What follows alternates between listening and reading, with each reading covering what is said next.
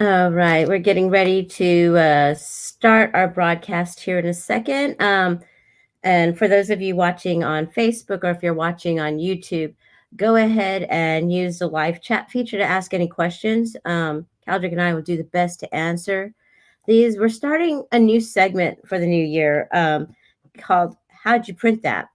I think we're helping in customer service. I definitely get a lot of people who want to know the whole thing. They're artists, and that's about where it stops. And then it's like, how do I sell prints? How do I get them to where people are ordering?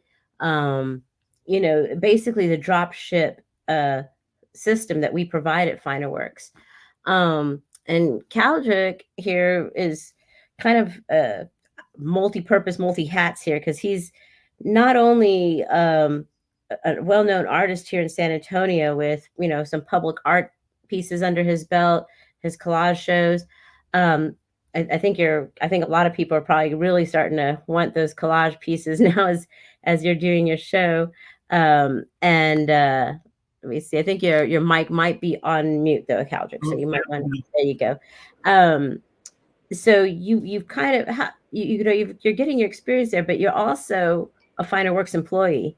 So you work in our canvas department, and like I said, I think that's kind of cool. Like that, some of the employees at FinerWorks are actually, artists that are selling.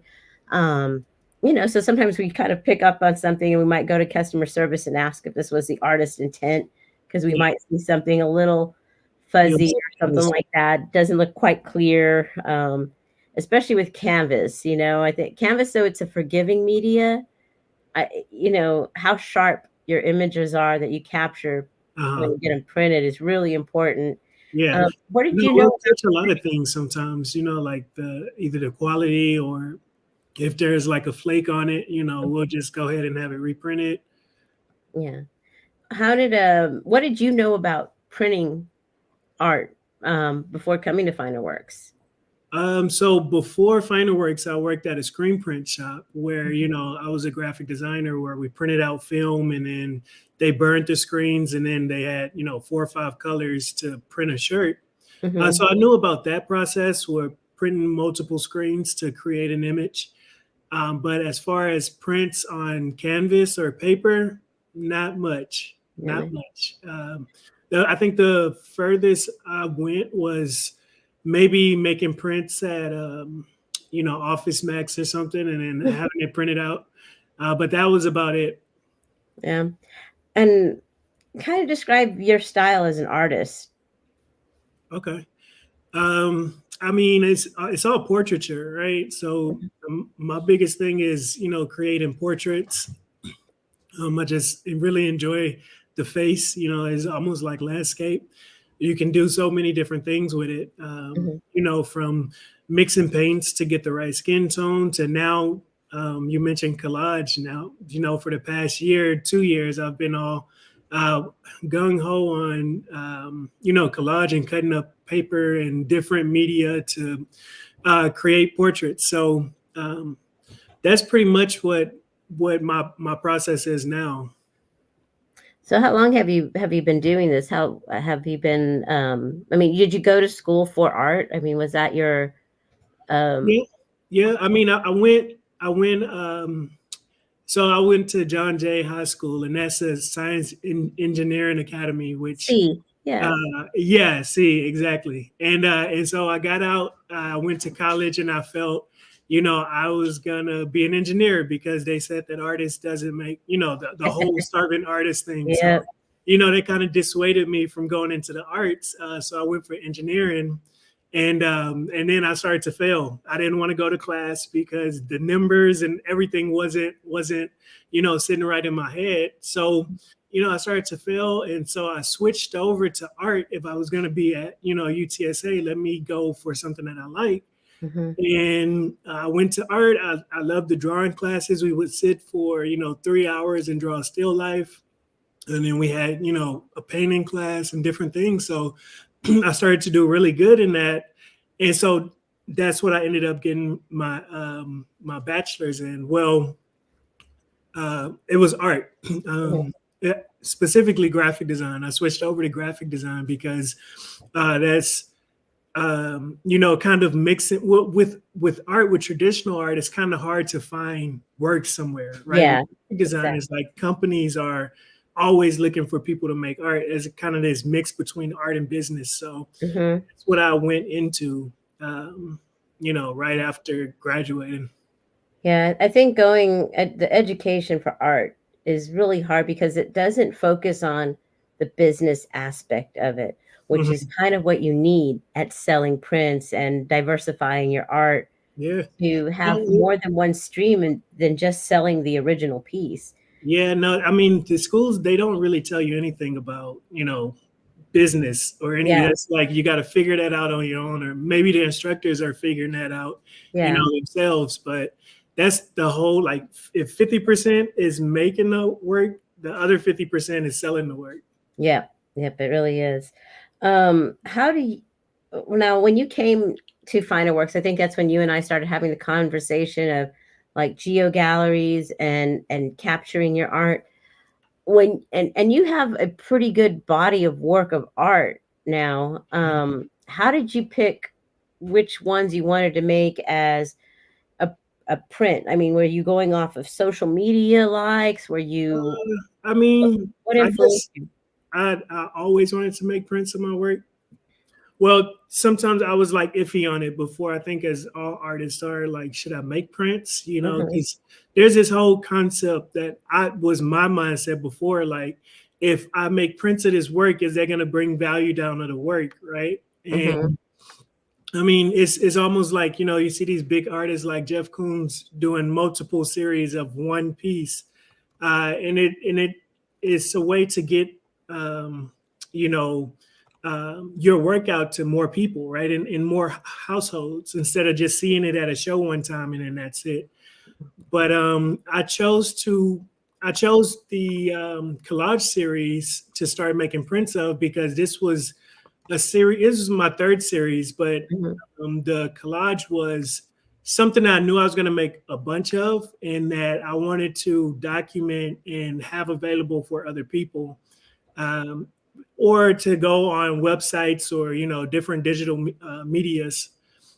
So that's how I chose this series to create. And it's my latest series. yeah, and it's and again, well received, and it's really popular right now, Mm. um, I think a lot of people really love the material that you select to make your collages from because there's so much detail Yeah, in them. I think a lot of I find it interesting going to your shows and watching people kind of really get up close to start looking at what's in the foreheads of people's, yeah, portraits. So it's really involved. And like I said, just, from a person who likes going to art shows, I think that has been really cool and to have conversations with other people looking at your art to hear how they take it in. yeah. Um, Now, I think the next thing, once you've decided what you wanted to print, it becomes on how to capture that. And we were just talking about, the quality of the capture is going to be the first and foremost thing that's what's going to determine what your print is going to look and what print size you have. Right. Um, for you, what print sizes did you want to offer? And then how did you kind of pick on digitizing them? So the print sizes that I thought were good. I mean, everything that I got shot, all of the collage pieces, the original sizes are 30 by 40.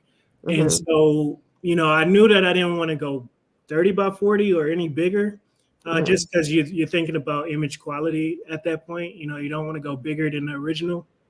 But um, I wanted to go small, at least half the size, like a 16 by 20 or 24 by 30, I think will probably be, a max for me. Hmm. And then, something smaller for people to, take home, all price sizes or price ranges, like 8.5 by 11, very standard paper size. And then 11 by 14, right? Just something that, is people can get framed, really Hmm. looking at, is there a size for this frame, right? Yeah. Or is it frames for these sizes, was what I was really looking at. And like I said, you had this graphic design background.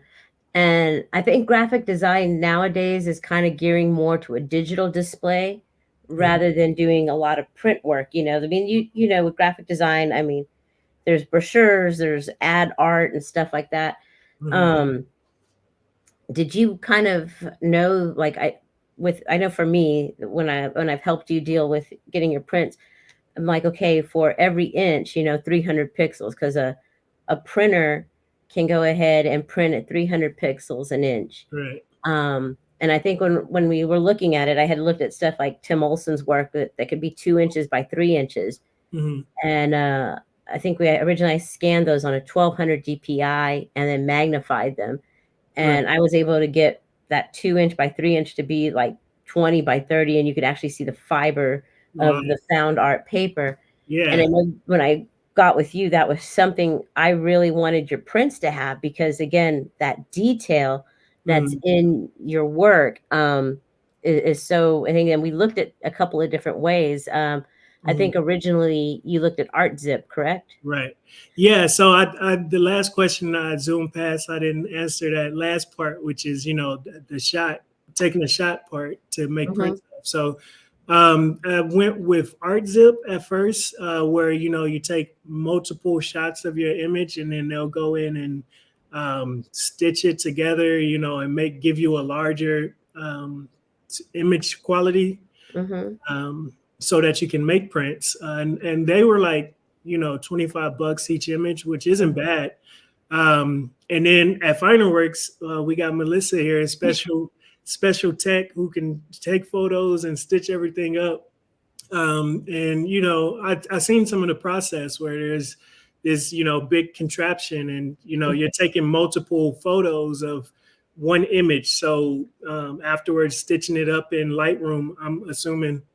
But I mean, that's how you get a high quality image. Yeah, I mean, stitching like back in the day was kind of crazy. And it was one reason I like the concept of Art Zip. And let me show you guys where to find that on our site. If you go, I believe it's under order fulfillment where our integrations are. Here's Art Zip. Art Zip is kind of cool because it can work with your cell phone. Now, you do need to have it properly lit. And I believe some of the new stuff that they have on their videos is talking about how to properly light your piece when you're doing, because you're basically going to hold your camera centerfold, like center of the thing, and kind of Angle tilt it. it to angles. Yeah. And their software will go ahead and start to work with that warping that kind of happens when you do that, and it puts it into it's playing with the perspective. So Hmm. with Caldric's work, what we've been doing, because as he was mentioning, I have this contraption in my office. It's kind of like a sliding scale, and it has notches to go up inches and down inches. And it there was like when I first started with it, Adobe let us do about 24, 25, and I was able to get some crazy insane detail on these things. And then they kind of changed a couple of things in the upgrades over the last few months. So I find that if I do about 9 or 12, it works better in the stitching to get it done. And I really have liked the way it's done it. There are times that I still have to get in there and maybe play with the perspective tool a little bit to get it to angle out. But all in all, it's been coming out pretty decently. Um, Yeah, that's a question that a lot of artists ask me is like, how do you make prints? How do you take photos to make prints? Because at first, what I was doing was I was just going to a scanner and scanning them in. mhm. That was like the best way to keep it flat. You had Yes. some lighting, and but I mean, the thing with that is you have a max size of what, 11 by 17. Mhm. So, you couldn't do any 30 by 40s on there, which I found out there's one shop, I think, in Austin that has a huge 30 by 40 scanner. Oh, But yeah. it's pretty pricey to scan in. Yeah. But I knew one place they did an 18 by 24, and at one time there used to be blueprint scanner guy that used to do, but again, that's kind of more for paper where you can mhm, roll it through. Right. There is one flat scanner in Houston that can do 6 feet by 4 feet. Mm. Again, very pricey. Yeah. Yeah, Um, for sure. and I mean, you can have it photographed. There's several ways. Like there's um, what I try to tell people is like, if you can think back to cameras when they used to have negatives, right? Mm. When you shoot with a professional camera and you shoot it all in one frame, your limit to that is the pixels that are made in there. Right. Um, Printing software has it has some AI in there to basically fill in the dots. So Mm-hmm. it helps. So, for me, I'm comfortable playing about 6 inches bigger than like say the file is set up for. And I feel like I can go 6 inches without seeing anything. And that becomes again now onto other people. Like if you feel, oh, it's starting to look a little pixelated to me. And you can ask Caldric because I'm always trying to do again, I'm more nervous when it's other people's art. I'll Yeah. come over there and probably show him 8 or 9 times, the thing at 100%. I'm like, do you think it looks too fuzzy here? Do you think I should bring up the contrast on this? No, It it's fine. He's always it's fine. But yeah, my thing when I first sat down with him was how big do you want to go? And he was like, I never want to go bigger than the 30 by 40. Mm-hmm. So we did that. I wanted to make sure he could get a nice 30 by 40 print off of these. And not only for that, I mean, documentation wise of your art, Mm-hmm. I think is really important. The reason I like to scan ridiculously big is for other things that you have, like, again, like right now, a lot of stuff is going up with mural art that's actually more of a print, and it's kind of like a sticker that gets adhered to exterior walls, and Yeah. then it's sealed. Because I think some people's art can lend itself to that. I think your Oh, art yeah. can lend itself to that. Like, so it's one reason I like to capture it as big as possible. So And even you though can the do, prints are you that, can go as big as you want. Yeah. yeah, you can But go you as big. mentioned documentation. I think that was probably one of the biggest thing that led me to, wanting to take photos and make prints because as artists, sometimes we'll make work and we'll sell a piece and then it goes to the, collector's house and no one else sees it again, I right? guess. Kind of like as artists, we wanted to breathe in this world, what we made and kind of go around and, make influences on other people too. So, with prints, it allows, like I sold this Madonna and Child already, Mhm. and I'm able to make prints now that can go to different shows with me, different exhibitions, instead of just telling people, hey, I had this Madonna and Child piece one time. Like I can have it actually with me, Mhm. and they can take a piece home if they want. So, documenting is very important. And I don't think artists think about, in the beginning. Um, I didn't. Documenting the art. Yeah. And we'll put that really quick as a question for those of you watching. Tell us where you're from and if you are currently having your art documented, and let us know how you're doing that. Scans or photography. How's that getting done? And we'll take a look back in a little bit to see what some of your answers are. Just use that live chat feature to go ahead and answer that, and let us know again where you're from and how you're documenting your art. So when you looked at pricing, you were talking about art zip about $25, which is nice because you can download with the watermark free to Mhm. first view at 100% and see how you like it. Uh-huh. And then if you like the stitching on there, you download it at $25. I still, for me, with some of the art zip stuff, have liked to tweak it still and Mhm. then upload the file. Um, what was as an artist, what kind of price range do you look at? What have you heard as far as capturing your art? Like when you're talking about flatbed scanners, how many kind of prices were you seeing? For like documenting or Well, like to scan your art, to scan a to scan canvas. it. I mean, there's the small ones that was 11 by 14 or 11 by 17 that I could go and scan at like a Kinko's or Mhm, Office Max and things like that, which was just copy prints. I think 11 cents or something per scan and print. But then I started to look into wanting to get, bigger prints, my 30 by 40s, and they weren't even available in, San Antonio. So I'm like, okay, I need to find some type of system, and then when I got to FineWorks, I found out about ArtZip, which is, I mean, great. Like you said, taking, multiple shots. If you, take your shots and then you don't like the way it came out, you can redo it before you download it. Which I was using that. And so, yeah, that was my process of kind of figuring out how I wanted to document it.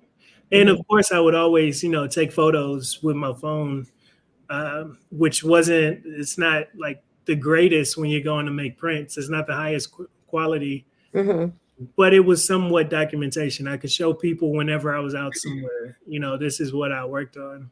Yeah. I think like you're saying, like 11 by 14s and stuff at Kinko's and stuff, those are pretty good. Again, those are going to be 1200 DPI scanners. So that, remember, printers are only going to be printing at 300. So you're already getting more pixels than you will need, really. You can go bigger than 11 by 14. But I think when you ask for them at Kinko's and places like that, ask for a TIFF, because TIFF is closer in color matching than a JPEG. So I start with TIFFs and then work into my stuff. And I'm still not completely 100% a color management guru yet, and nothing like James yet or Andy. Those guys, I mean, they, like I said, if you see James's signature, it's color nerd, and he really means it. He's a color nerd. We have many profiles that have to go on to calibrating our printers. So understanding color management, from a backlit screen to a physical piece of paper or canvas, there's just so much in it. And I know sometimes that's overwhelming for artists. Yeah, I think even with like prints, like I have a print at my house because, when I make collages, sometimes I'll use a paper that I really like that if I, put it on a collage, I don't have it anymore. So I'll scan in the prints. And so I'll print out, whichever textile or design that I want. And the printer may be missing like magenta, it'll have 8 cartridges, and if one is off, then the whole color is off. Yes. So that's kind of the struggles of printing too. Yeah, it is. I know, like, with the cost range, like I said, Kinko's, where you can go get $1 or so and they'll scan it for you. There is that. And I think the most I've ever, with Tatum and being his assistant, I want to say we probably have gone about $500 for a print to be shot on a large format camera, which is different than the SLR. But that camera caught, like, if he had like a piece of brush bristle that kind of stuck into the acrylic. I couldn't see it with my eye, but when I was going and I looked at the thing, I'm like, what is that? I finally saw it and literally just went down and looked, and with a piece of tweezers pulled out that hair. But that's how much detail came out with that large format. Let's see what we have here. What kind of printer do you use? What kind of paper do you print on? I'm a collage artist and looking to explore options. Well, Dana, we print everything here at FinerWorks, and we use some Epsons and Canons large format printers, and each has their own ICC profile for the media that goes on it. And I think, let me see what our next question is here. Okay. We talked about the price. Let's see what sort of prep we do, which we already kind of talked about. How do you learn okay. Well, we'll kind of talk a little bit about selecting the thing. So once we go with our printers here at FineWorks, and what I tell everybody to do, and I think even with Kaldric, when we were first talking about it, let me go ahead and share that FineWorks screen again. We were looking at what media, and this was something interesting that he and I both started talking about, because, we were like, well, do you want to make it look exactly like the print, or do you want exactly like the original, or do you want the print to offer something just slightly different? It makes it just as special as those original. and we selected the chamomile photorag metallic paper for the prints, and then the silverata metallic canvas for the canvas prints. Here's a And chamomile yeah, print. and when you're looking at that with FineWorks, if you go into that all products and right here samples, this sample kit is going to give you all of our paper media and our canvas media, as well as cards and stuff like that. You can also order some of our metal media so you can kind of see it. Now, these are not made with your art on it. It's just samples so that you can see the paper, the luster. And I always tell people, start with that, get that from us, and see which one you like, and then make your prints on here. And when you do that, like for fine art papers, for examples, if you're not, educated in this process of, I'm just kind of still learning on it too. Each media has an ICC profile, right? You download that onto your computer, and when you're in Photoshop, you can do a proof setup view, and it kind of lets you see some of the way those colors are going to look on there. It's still not going to be quite the same because remember, a computer screen is backlit, and the paper is going to be lit by however basically the lighting is. I've had one customer who did these really dark photo prints. I think he did them as canvases, and he went through all of this light adjustment and everything to make these reds show. And they were going to a bar, and they were going to be like several of them across the back. And the guy put him there in the bar and no light on him. So even though he did all of this beautiful work on making sure the light was going to be just right, You couldn't see how it. a light's going to hit that surface is going to determine how it looks.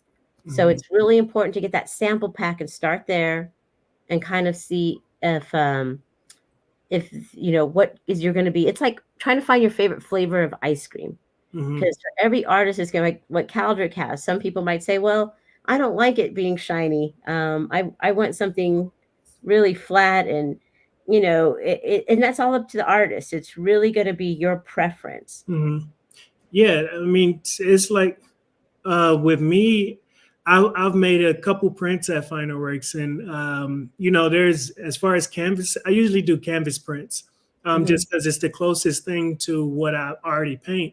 And there's different options of like regular artisan canvas, which is just like what I paint on regularly, and then there's a matte canvas that really is like anything that's, if you have a lot of darks in your painting, matte is perfect for it because it's absorbing all of the light and it's making that dark look really dark. And then you have a Silverado, right? That kind of has a shine to it.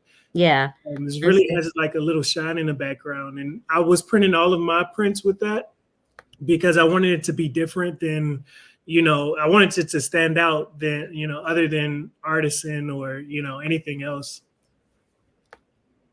Yeah, like we've started, these are an awkward size. I think they were 20 by 24 when we were first doing this, because again, that became the other thing, aspect ratio.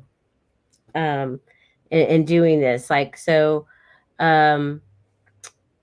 like for instance, if somebody wanted to do a small print, 5 by 7 is its own kind of little aspect ratio. So it's going to cut closer maybe to some of, like on the king wave here to the right, it might go closer to his nose. It's definitely going to chop some of the shoulder blade, or you're going to chop into the head, unless you resize it for that. So you got to look at the scale on your aspect ratio. You'll say like an aspect ratio, like think of like an Instagram picture, right? It's usually a square. That's a 1-to-1 aspect ratio. So the sizes for that would be like an 8 by 8, a 10 by 10. As long as you keep them the same, and you can go up on the scale and not lose any of the image with cropping. So that has actually been hard for me, is aspect ratio, because I'm not great at the scaling math on it. I basically still go into Photoshop and play around with it. And if you tell me, oh well, hey Mel, I want to get a 8 by 10, I'm like, well, the aspect ratio might crop into it, or do you want me to resize it? And resizing it might mean I'm adding more white, like on this image to the right, in front of his nose. I might add a little more white there, so when I scale it, it isn't cropping any of the image. And I think that was one of the things when we were doing it, as far as getting into how we prepped these files. But we were talking kind of here about the media. Let me see if I have it here. And that's a closer look at it, a little distorted. But here, this is where you can kind of see that luster of, and the kind of that silver look of chamomile photo rag metallic paper. And even like on Kaldric's signature, because he signs very close to the edge at the bottom, which most artists will do. And then sometimes in print, you'll lose that because, again, of the aspect ratio. And if you decided to do a gallery wrap on this, for instance, in this case, Kaldric's signature would go under the fold. And I think you're learning that a lot more now as you're doing this. Yeah, and you know what? Sometimes I would suggest artists, just not signing it if they're gonna make a print, if there's gonna be gallery wrap, and then have it wrapped, have it stretched, and then sign their name on it, right? Yeah. Or put it in the right spot and do it digitally how you did it with this one. Yeah, I think what I had done here is, and this one was kind of hard because Kaldric had his name signed in it, and I basically had to go in with a cloning tool and get rid of the signature, and then I had him literally just sign on a piece of paper, and I scanned that in and made it its own little layer so I could drop it in wherever he would need it later. So that became a little bit of another challenge that we did on there. And okay, Dan, I'm glad that helped you a little bit there. Let me see, what's your next question? What type of pen do you use to sign your work? And it's just a Sharpie. Sharpie, yeah. It's usually a Sharpie, or if I'm painting, I'll just use a paintbrush and some, watered down paint. Yeah. On your canvas prints, are you using Sharpie or do you use? I'll do a mixture. If I'm gonna put my signature when I'm just getting done painting, then I'll paint it. And if it's something that I'm at a show and they're like, "Hey, there's no signature," then I'll go in with the Sharpie and write. But I've seen that writing with paint is a little better because Sharpie tends to rub off after a couple years, especially when you're doing collage, right? And you're using these different materials. If it's rubbing on stuff, it's gonna kind of come off. Yeah, that might be because of the sealant you're using rather than the Sharpie so much itself. I think the sealant starts to kind of have, I know like with prints, like when we sign them, I think Tatum has some that have been there for decades, and they're still there with Sharpie. So I think that's also, like, again, media. It's media, yeah. So I think that is what kind of keeps it. So that's what we're talking about, this file prep thing on here. When Kaldric and I were first doing this, I mean, obviously we did not want to pay, even though we're employees and, we get a little bit of a discount there, it's still money out if we were going to go ahead and make these, 20 by 30s. So what we did, I told him I'm going to just open up a 5x7 at 300 DPI RG, be kind of mode. And I'm going to go to that 30 by 40 and take a section of it and just drop it on the 5x7. Don't scale it. And I'm going to send it to print. And so you'll see that. So we did this, I think, as an 8x10 with a 1-inch print, so he could see the whites of it on there. Let me close this out so you can see that a little better. Melissa, if they wanted to, they could make samples like this, right, of their work? Yes, because what they would do, just as I'm saying, like and this is sections of that painting. If you'll see, like you have the eyes, the centerpiece is that where his signature was, so he could see the actual size of it. Like on a 20 by 30, that's how big it will look. This is, I think, an 8x10. Is that what I have there with the 1.25? Yeah, it was an 8x10. Yeah.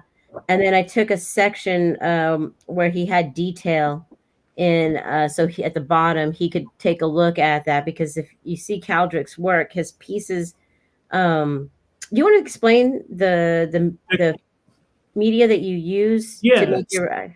So usually whenever I'm painting, there's this I'm just getting into collage maybe a year or two now. But what I'm using is this these images come in this book, this thick book, full of different textiles, from Asian textiles, African textiles, old American 60 textiles. And so I'm going directly in the book, and I'm cutting those out and I'm pasting them for my portrait. And now, or sometimes I'll go to Hobby Lobby, like the one with Madonna and Child in the back. The roses were from this square sheet from Hobby Lobby that I cut out and made the afro. But same thing with the blue, but it's very reflective material. So that's what I would do. Usually on the later ones, I'm doing all of the portrait inside of the face, or all of the collage inside of the face. So the material you asked about, somebody asked about, the prints that I was using to paste them on there. For now, it's coming straight out of the book, this textile book. But I've been playing with, printing out my own textiles, scanning them in and printing them out. And, sometimes when I put the medium over it, it'll wipe off, right? It'll wipe off some of that, some of the medium that was printed out, some of the ink. So, I'm tending to stick to the books, what's coming straight out of the book instead of printing it myself. But I think it depends on the type of paper that I'm printing on as well. Like I tried photo paper to print the textile on, and it didn't smudge, but it kind of absorbed. It's some type of film on top of it that absorbed the medium. So I'm playing with different mediums as well as different patterns to put on the portraits. Let's see, we have a question up here. I had a question on aspect ratios. FineWorks has 11 by 14. If you want to be hung vertically, 14 by 11, what do you suggest? You can do that. You can tell it 14 by 11. That's more on the that's not aspect ratio, but rather orientation. And that's going to be the best way, is that you would just go ahead in your file, make it 14 by 11 and upload it. And you can suggest custom size, 14 by 11. And that will give it there, especially if that will make more of an issue on Canvas. They need to know orientation so that they know where to put the hardware, and with framed work. Otherwise, you can order it 11 by 14 on paper, and when you get it, that won't matter.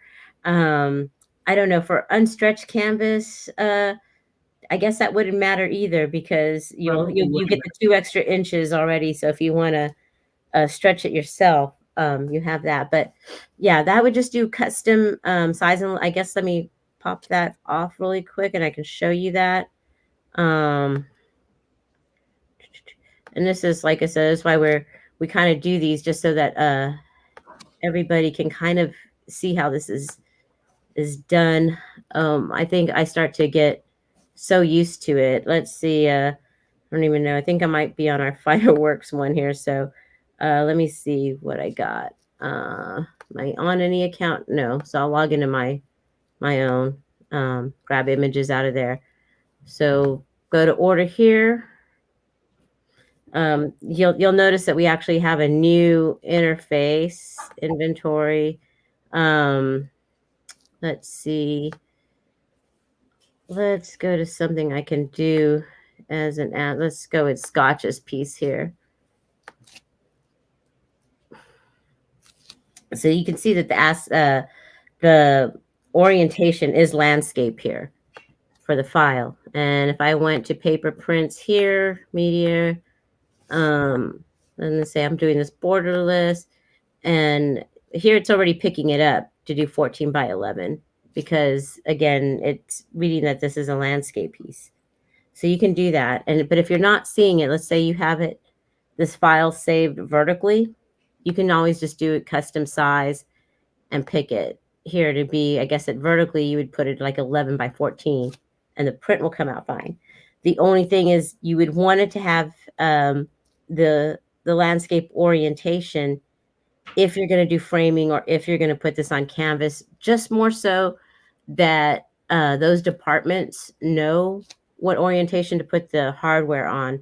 Because we'll get some abstract art. I'm sure you've seen it in Canvas, Yeah. Caldric, where it comes in and y'all don't know really where, Mm-hmm. how it's supposed to present. And so there's sometimes that we'll have to ask customer service to reach out to the customer so they can let us know, do they want this to hang, you know, vertically or horizontally. Mm-hmm. Um, just because sometimes it's kind of lending where it could go either way and we're not too sure. Yeah. But otherwise, we go by the way the file is uploaded here. So in this case, it's done in a landscape. It'll be a 14 by 11. If it's a vertical, it'll be hung at 11 by 14, vertically. But yeah, so just I hope that helps. Lilia, let us know if you need any help with that. So we'll go on to some more questions here, Caldric. Let's see. Oh, well, you said you had a background in graphic design, but you Mm-hmm. really hadn't touched much on setting up files for printing.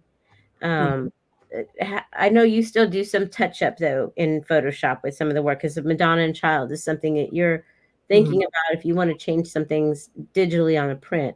Uh-huh. Uh, so is all of that skill just through education or how Yeah, change? I mean, education, they taught us the basics. And then, like I said, working at the print shop, we were working mostly in Illustrator and, Photoshop.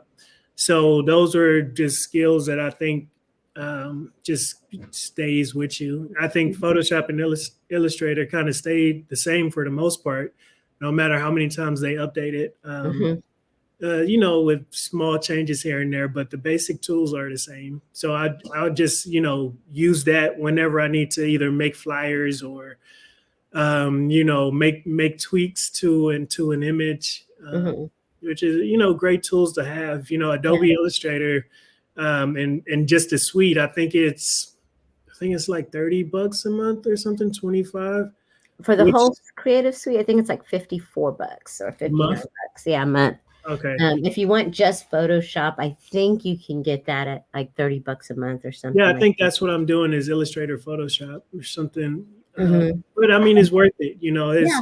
It's worth having if you're a graphic designer or artist, who's really getting into making prints or flyers and things of that such. Yeah. How do you, how did you select your I know we were kind of talking about it, but like, was it the media that you selected based on your sample prints? Are there other medias you want to try printing on that we Yeah. offer? Um, I mean, I chose. I think when we first started to make prints, the Silverado we chose to go with for the big 30 by 40 prints. Mm-hmm. And just seeing those in like exhibitions and seeing how the light kind of reacts to it. I'm Mm-hmm. like, this is like it looks nice, It does. So I chose to stay with that. Mm-hmm. But I have printed one on matte Mm-hmm. that had a lot of blacks in it that came Mm-hmm. out pretty good. Uh, kind of just playing around with the new images that I create. What's going to look nice on, right? Yeah. Be it matte or artisan or Silverado.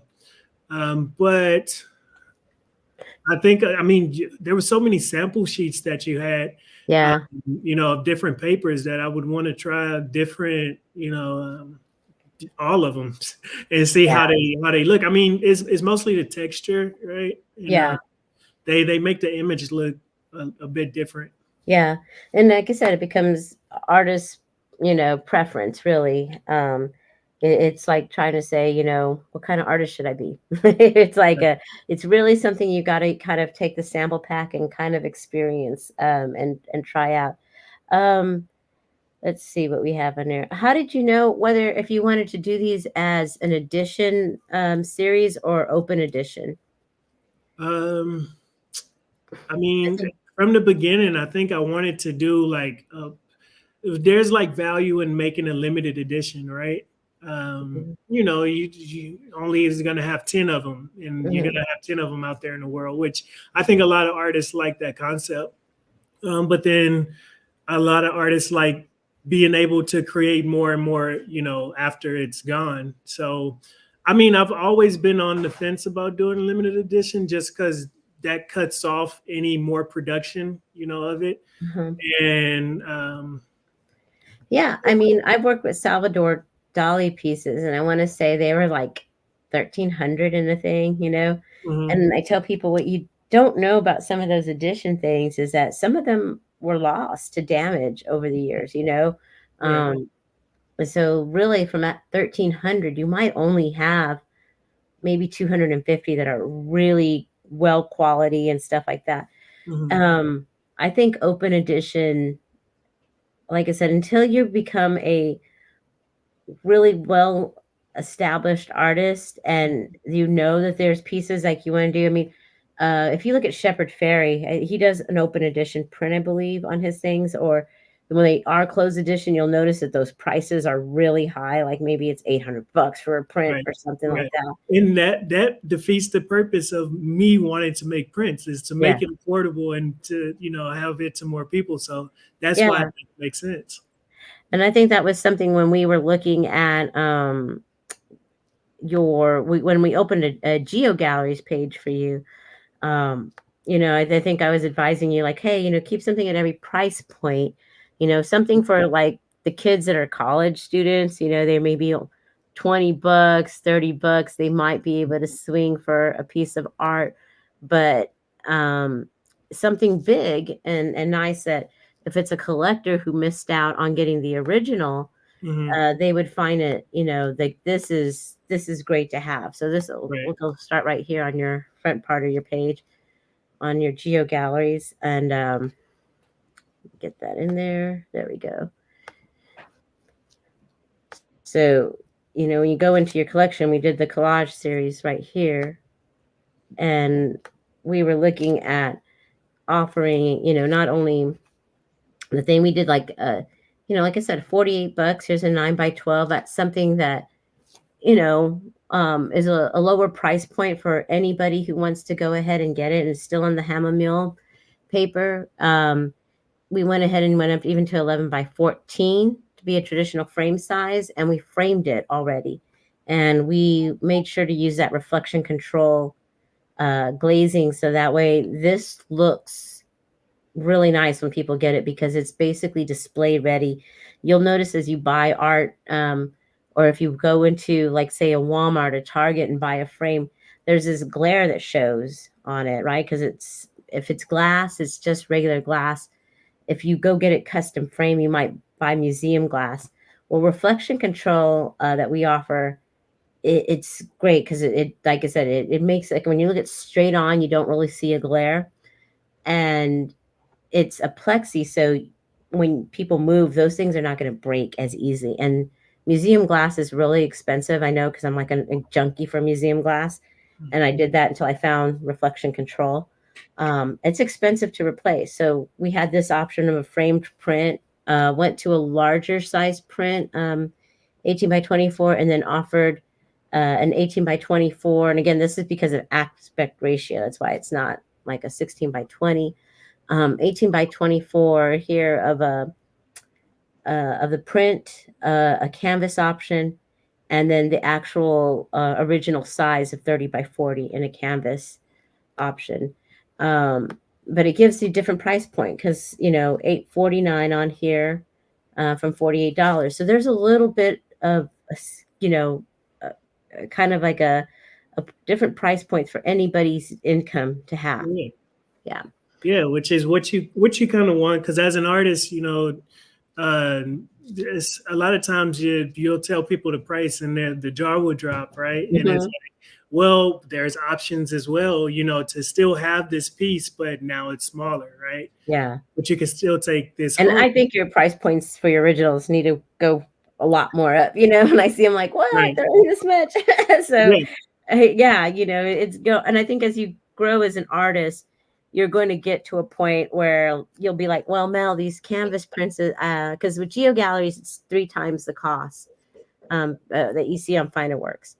Mhm. And at some point, I think you're gonna, graduate to where you might say, "I'm not gonna offer my canvas prints on Geo. I'll still offer a couple of these paper prints again to keep that thing on there. And I think eventually your canvas prints will sell as much as your originals are right now, and your originals will go up higher. And so there's that. I always tell people, use like with Geo Galleries, because it's limited at that 3 times the rate. Mhm.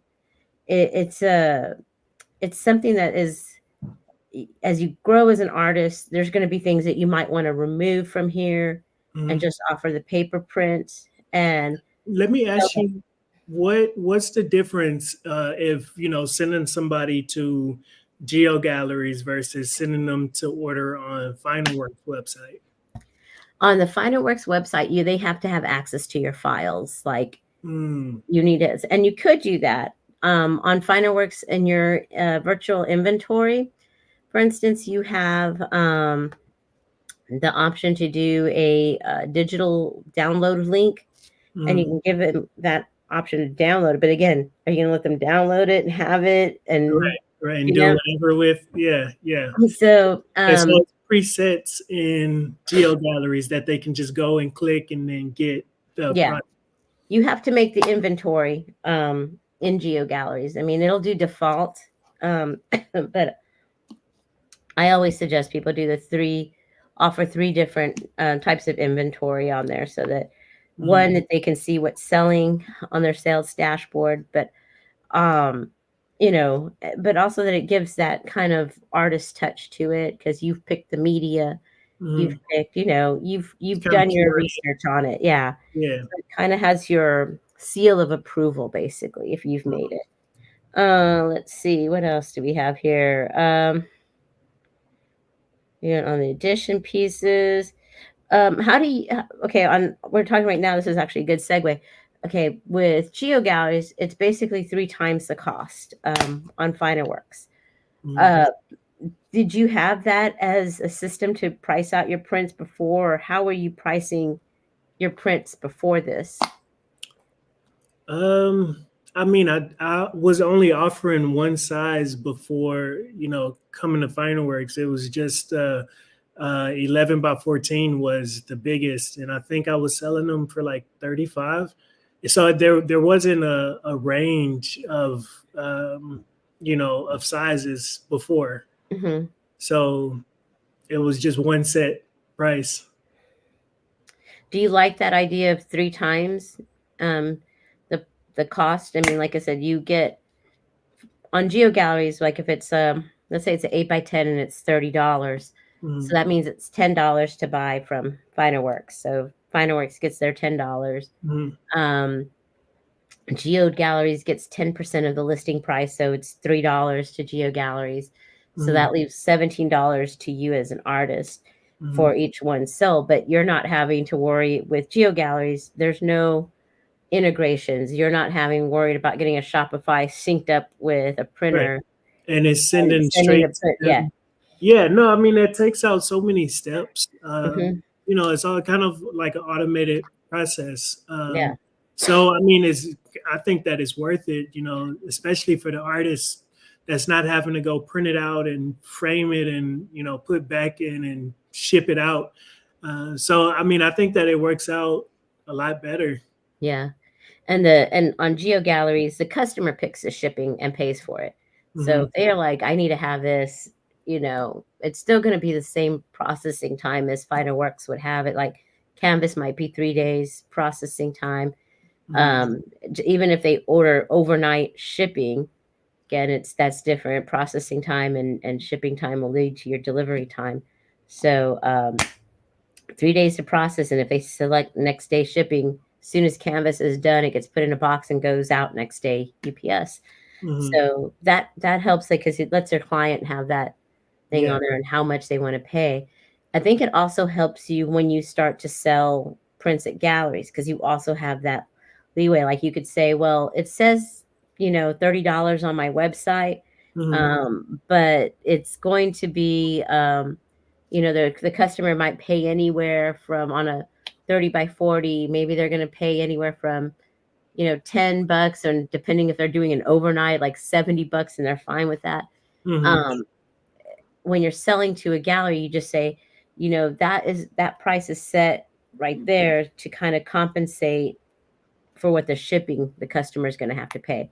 Right. I've already had to have this shipped to me, so in this pricing with you, I'm doing I'm kind of, it's the whole cost that to Mhm. me. Yeah. Um but you try to be a thing where you don't want your prints online to compete with your prices that galleries are representing. And some galleries it's like a 60-40 split. Some have huge splits that are crazy, but Yeah. the artist only gets 40%, the gallery gets 60. Yeah. And in some cases it's warranted, right? Because I've worked with some galleries where Yeah. Oh, it is. I mean, the gallery has to be bringing in like all the collectors, yes, like, yeah. and then that's warranted. Then I'm like, hey, well, if I put up a piece and the next week it sells because you brought in collectors, take 60%. Hmm. I've had this piece for a year, so that is. And you just have to price for that split, like Mhm. just kind of do that. And when you're selling at a gallery, if you order more than one print and you get that volume discount, then that gives you that discount to give to them. Like sometimes I would tell like a gallery, well, yeah, we do offer volume discount. I offer a discount for the galleries, but you need to be able to purchase 5 prints at least for each one, and so I can pass that over to you, and that Mhm. way the split works out, and I get paid decent right there on the print, and they get paid um, on the upsale that they got to make, and it doesn't compete too much with the website sales. So Right. it's always constantly looking at those, and then every year you want to bring that price up just a little bit Yeah. more. Yeah. Let's see. Uh, where do you okay, for you, where are you selling your prints? Is it just Geo Galleries right now, or It's just Geo, Instagram? Geo Galleries. But I'm taking the link to Geo Galleries and I'm putting it on, my Instagram bio Hmm. and letting people know you can get prints here, if you like the work. Um, and Facebook, I'll post it every once in a while that if people want prints, you can go here. And then it's going to my social medias. So cool. So do you have people though that contact you that tell you, I would really like to get a print of XYZ that you sold several years ago? I think they're mostly the most that I get asked is, do you still have this piece? Yeah. Which they're speaking about originals. Yeah. But people when people ask now, do you still have it? And I don't. I can say I can get you a canvas print that's the exact same. Yeah. Well, it's a print, right? So I have that to offer now. Yeah. And so social media is basically how you're promoting your art and your art prints right now, right? Yeah, Yeah, pretty much. yeah. Social media is.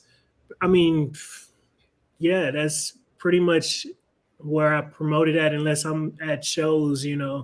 But social media is 24/7. So, Yeah. you Kind know, of always going there for you. mhm. Let's see. How do you promote?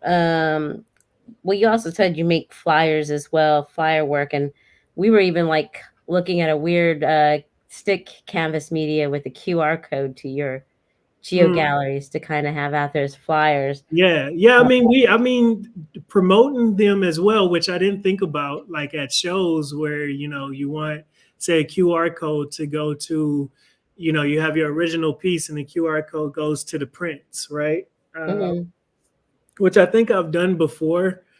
Um, or it was a link to somewhere else to get different work.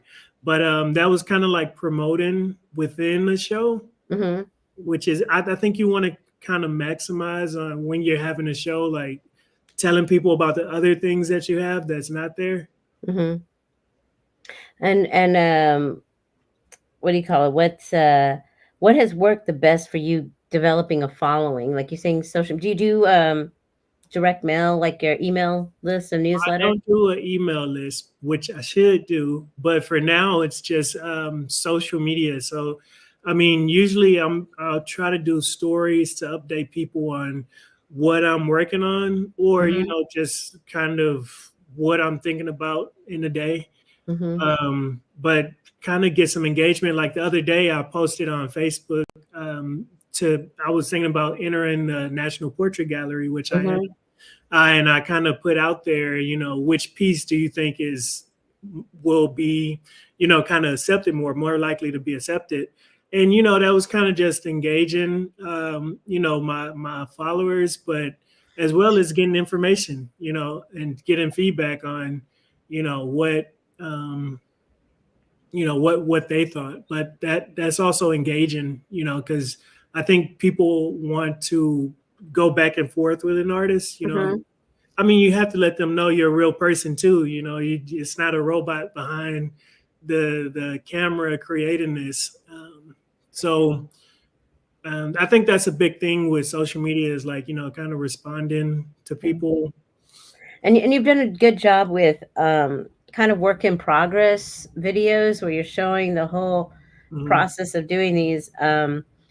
I think it makes people appreciate the style more because, again, taking that look at it and kind of distinguishes you, like, again, as a real life person, as opposed now to AI art. Mhm. Um, Yeah, no, I've seen seen. I made a video where I was recording, and I think as an artist, I'm always trying to play with documenting, work, documenting my process. And I had the camera set up while I was working on a collage, and I think I cut 2 or 3 pieces, and and sped up the video and put it on social media, and it had some really good, feedback and good plays. But I kind of want to have a setup to where I have the camera overhead while I'm working on it, like Mm-hmm. I've seen other people do. And that kind of shows the whole process. Because I think with collage, people don't really get to see the process. They see the final piece more than anything. So kind of showing the process will be a good thing. Yeah. Yeah, I agree. Like I said, I think like I like watching, and then I get to come over to your workstation and ask, hey, Kaldric, I saw you doing this. Like, how do you do, just to kind of, there's an appreciation for those, like I said, details that you do and how you, first kind of outline the portrait Hmm. and pick your materials that you're going to use on Yeah. there, because they're, like I said, like with King Wave and stuff where it's got all these detailed images. I Mhm. mean, just to watch how you pick what section of that paper you're going to do for the foreheads, I think is Yeah. like, it's your Yeah. foreheads I like the most, I think, because Yeah. that's where you put the most kind There's of so like, much space without yeah, detail. Yeah. there's so much there, and it goes, and I like what you pick, and it's kind of cool. And then the shading you do onto it, I think that was one of the questions I had asked you. Was like, oh man, how do you, is that Do the same shading something part. you're doing with the paper? No, it's something you're doing by hand, Yeah. drawing Yeah. in, No, and I think it's a whole process to it. it And, is. and people have questions, like how is that done? And if I can show them in a video, then Mhm. that would be, pretty cool. Are those the most engaging videos on your social? Like, do you? That I think that one was maybe the second most. The first most was when I'll have a completed piece and I'll take a Mhm. photo of the completed piece and then I'll show it in its second stage and then I'll show a detailed shot, zoom in of these patterns and then a zoom in on the lips with the Mhm. patterns. And then the next slide will be so it'll be like detail shot, the full one and detail shots, and those have the most plays with music to it, in the background. Yeah. How are you developing your following though? Are you just letting that organically let people find you and Pretty like much. you? I mean, I'm using hashtags, Instagram, and I mean Well, when I'll I let you make know this. reels. Instagram hashtags are not too much of a thing anymore. It's more for categorization now. So Ah, in March they got rid of them being as where and they bump you push up. it. Yeah. Yeah, well, I So mean, I've just been putting them on there. So, yeah, I still think they're good for that categorization thing. I I mean, still, because I still go to like the main search and I'll put in, collage, and I guess people who hashtag the collage, it'll pop up. Or I'm not sure if that's how it works, but yeah. it'll show everything in collage. But that and then when I do stories on Instagram, it'll translate over straight to Facebook. Have Um, you put any ad dollars in on any of your social media or no? I haven't done any ads yet. I think that's a good move now. I think for me, just watching social media, I think the ads to it are kind of, when they first came out, it was relevant, it was a good move. Mm-hmm. I think they've gotten now played out to where they don't they don't show to the right people. Right. And the bad thing with social media, which is trending down over here, is that they show only to less than 1% of your following, right? Mm, So that right. kind of blows because you almost need to have, like 10,000 followers or more so Right. that enough people get to see it and will Right. share it. So you almost have to get to this 10,000 follower mark, Right. which I still think it's something you need to do is a newsletter. One, stay engaged with your followers. Right, doesn't have to be like, I think, a daily thing. You don't need a newsletter every day, but or even every week, at least once a month. Maybe at the beginning of the month to tell people, hey, I have a new print up. I've Mm, created a new original piece. I have a show coming up. mm, Those two things, if you want, go to my Instagram to see how this is made. You can even embed those videos into mm. some of your emails so that you tell people. And if you like this, go ahead and like my social media as well. Yeah. But Yeah, no, I think I can take advantage of the email list newsletter and just direct people, hey, this is what's happening. yeah, And, because you besides, can put things in there. There's a lot of things that people can do now with newsletters. Like you can put the add to calendar. So that way it goes on their Google Calendar, right? So that way it's always setting them the reminders and stuff right. like that. Um, they're able to forward it to friends too, like that. And people are more likely to open an email forwarded from a friend, Hmm. you know, and Right. check it out. So it's still one of the best forms, even though it's the oldest form of Hmm. digital marketing. It's still that email list. So, That means it works. it Yeah. works, yeah. And it's doing better than social media. Mm. Let's see. We already talked about where you sell. Let's talk about your upcoming show coming up at Hotbox Gallery here in San Yes, Antonio. sir. Yeah, let me pull that one up. And So I'm having a closing too on Saturday oh uh, yeah, there's for no. the Casa de Sol. Mm-hmm. There's going to be a closing if anyone wants to stop by and see that. I have some prints up as well as originals, all 30 by 40s, some 16 by 20s, and then I'm having a show at Hotbox Gallery Mm-hmm. on the first Friday of next month, Yeah, for February. February. So Let me pull that I'm up. looking to have a range of prints there, different canvas prints, some originals. So it should be pretty cool. Yeah, it will be and we're at 642 South Pressa. And again, that'll be February 2nd, which is First Friday, all the way to the 24th of February. You can come in and see us there at Hotbox and check out prints. On Friday, First Friday, February 2nd, Kaldric will be there. So if you want to talk to him, we'll probably have you there maybe for second Saturday. You want Mhm. to come down too as well and do Yep. that. Coming in and getting to talk to Cal about his art, his prints, the quality of the paper media that he chooses for his prints. Tell more about your closing show that you have coming up at Casa de Sol. Uh, I just went there and I love galleries, and that was the first time I've been there, Yeah, and no, it's I a loved new it. gallery that opened up on the east side of San Antonio, which is the second one on the east side of San Antonio, which is great because that means they're growing. So, they're opened up in this gallery. Kind of, I think it used to be a law office that they converted into a gallery, which I believe they're looking to have a studio in there as well. There's two studios in the back for artists, and then the front portion is a gallery. Um, and it's a pretty cool space. Got some Mhm. work up there. They had two artists last year. They're doing different artists every month. They had David and Maria last month, Mhm.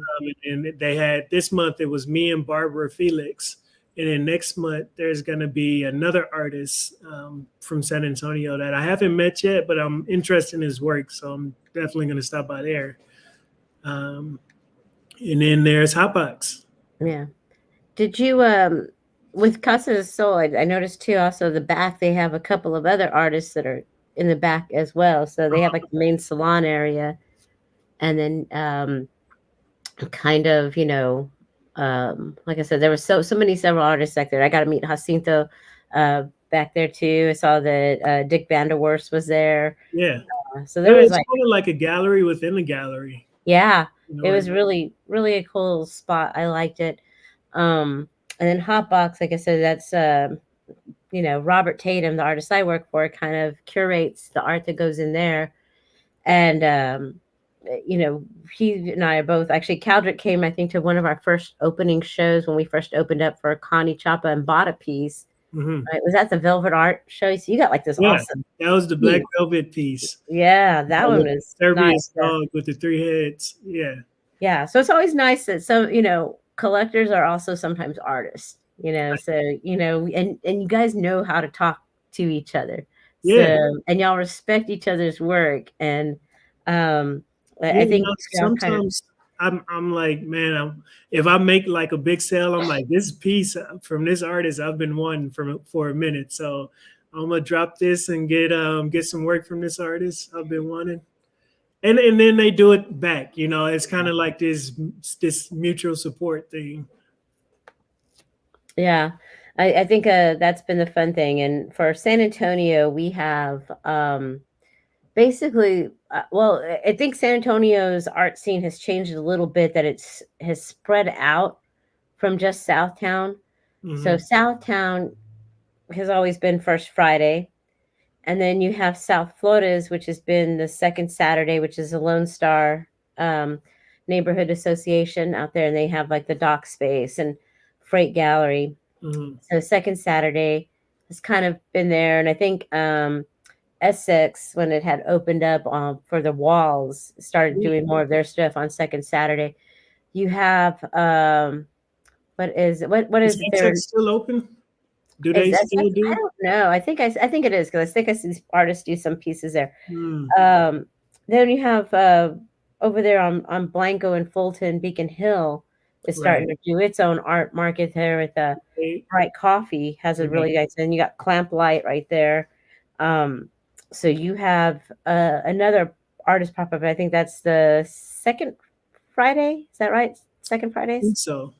So They're doing second Friday and I think a third Thursday, something like that. take that. Yeah. Well, third Thursday, I know they're also doing that now at Blue Star, Blue which Star. is the Southtown area. But as everything kind of spreads out, there's other galleries here in San Antonio that are open basically 7 days a week. You have an Arte Gallery on Broadway. San Antonio Artist Collective moved from La Cantera into North Star Mall, Mm-hmm. which to me, that's going to have some good foot traffic. Yeah, for sure. I mean, honestly, I keep thinking one needs to open up probably in Wonderland Mall, because it's so central. And that, again, these are dying malls that are Right. happening here. And I think that's like a great way to invent them. And you'll notice they do a lot of pop-ups there at like Oh yeah, Wonderland they do. Mall. Free to flex. And they're great because they're like a bunch of people who do like artist alleys at cons and stuff like that. Mm-hmm. But to get some of those places where you could do like nice art shows, there's just looking at places where you can sell prints besides galleries. Mm-hmm. I'm finding is like, if you frame them up and you frame them up nice, like you're willing to go ahead and invest in some of the framework, All right. is furniture places. Mockingbird handmade goods here. She sells, basically refurbished furniture that she has done in, like, it might be an antique chair, but it has like this, like one I got was like gray with pink skulls, and it's just kind of this contemporary fabric on these older kind of pieces. That's interesting. Yeah. And so having people who are looking for furniture, and it all kind of comes down into, which I don't think a lot of people think of with art, is home decor, Mm-hmm. which I think is what Geo Galleries we're trying to kind of push it to more, is home decor, Right. because people in when they don't think of it as just like buying art, like as, oh, pop-ups, some people think of art as a pop-up thing, but thinking of it as an investment in home decor. Hmm. I think with that presentation kind of opens people to want to pay a little more for Yeah. an art piece. It's been a couple of like realtors who's like messaged me like, hey, can we, do something with your art up while Mhm, we show houses? And I'm like, okay, that kind of goes together, right? mhm. I It's, think your canvas prints would be great for that. hmm. Right, because the only thing about putting original art on loan to me is like stuff that I've learned to ask is it's going to be insured by Right, it. So if there's a break-in, vandalism, you right, know, will I be paid or compensated if my artwork is damaged as if it would if in a gallery? right. So And prints, you're probably more likely want to do that with. Yeah. yeah, so like your originals, I'd be nervous, but prints, I mean, you're out and you might get insured for like $800 for it, so that's kind of nice, but it's to me I don't know, like I said, I've worked with artists who've had their art vandalized before Hmm. and trashed or whatever. Just like, to me it's like the most heartbreaking thing ever, and other artists are like, I can remake it again, I can fix it, I'll make it better or whatever. And I think that's the artist mentality, but Yeah, pretty much. on a collector's side, it is heartbreaking and stuff Yeah. like that.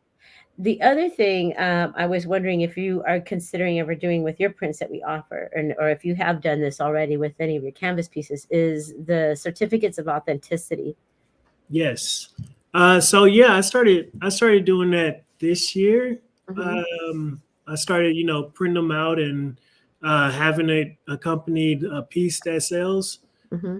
Just to give, I think the collectors a little peace of mind, but um, kind of legitimize the piece too, Yeah.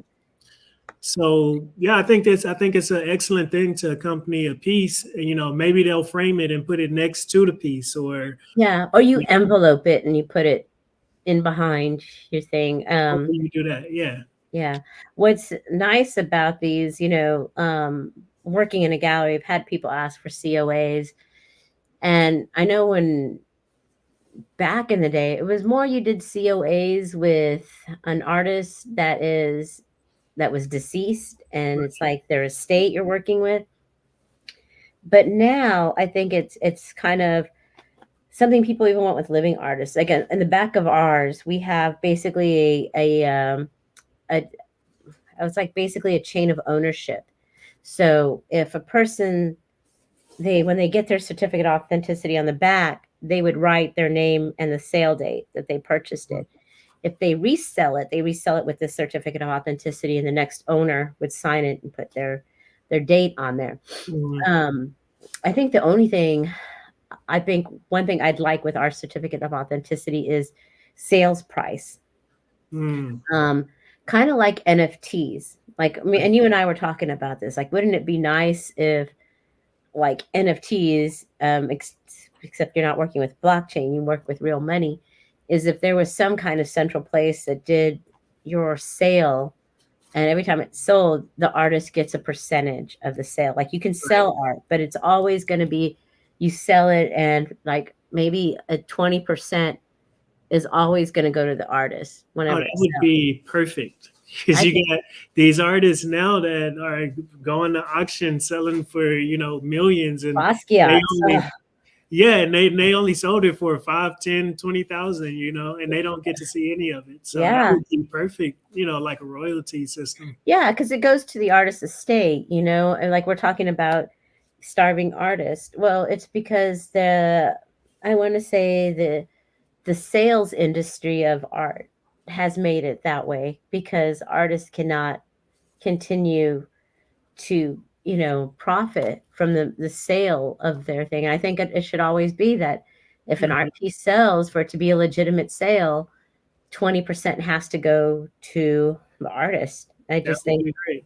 I mean, that should just be something that is in, because it's just like I said, with artists, like with Geo Galleries, for instance, basically this is a legacy piece for you, right? I know you don't have children now, but in the future, Hmm. if you have children or if you have siblings and you pass, your siblings, your heirs all get, as long as they have access to your PayPal, if Hmm. that's still selling, It you can go know, straight there. it Yeah. go they have access to that money. Yeah, your work still provides for your family, or the people that you have, you know, designated to receive money from your art. And I Hmm. think that's one thing that has to be worked on is kind of like legacy payments still to artists for sales, just so Right. that yeah, because I And mean the music industry has that, but the art industry is so like lawless, So it I don't is. think that we have, that set up, but I think that we should get there, I think so too. I think it'll be a really great thing, and I think it'll be beneficial for art. I think it'll be beneficial for collectors too because it legitimizes the sale. It legitimizes the value increase on art. Um, so to me, it's like it really should be something done soon because there's a lot of people who say, like some people think, art is like, well, artists just make up whatever money they want to amount for that.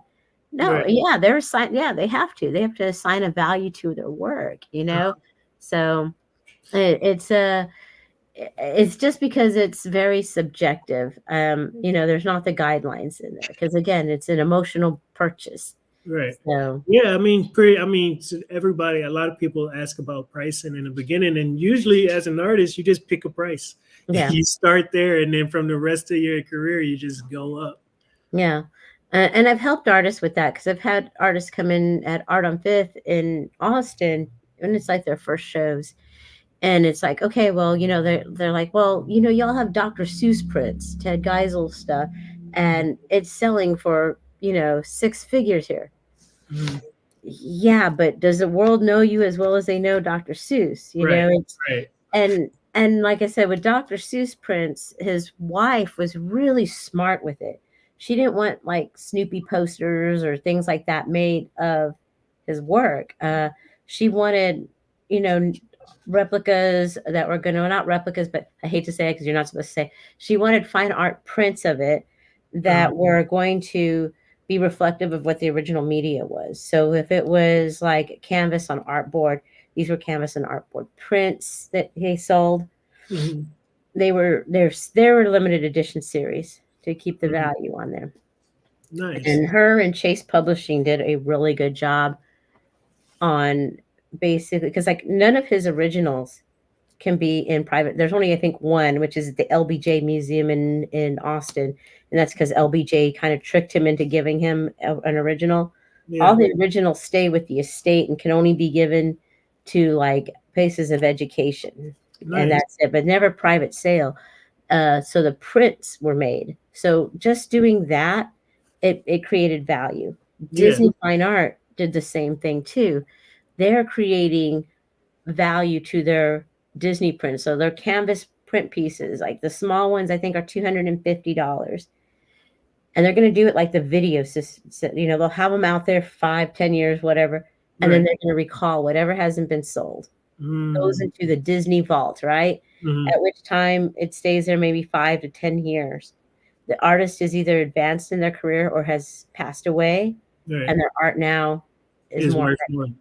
and Yeah, they re-release them at this like higher value. So they're keeping control of how this is going to be valued later. right. That's really smart. It Yeah, is. It's really, really smart. And like I said, I see things like that. And like I said before, it's just somebody who liked to collect art and I liked looking at art. Didn't think about all that stuff. But now I watch how other people market their art prints. right. And I they mean, especially like getting into art prints now is like, yeah, you want to look at those things. Like, how are people, can kind of keeping an eye and a watch and a hand and what's going out there, right? yeah. So yeah, that's gonna be it to me, it's just brilliant.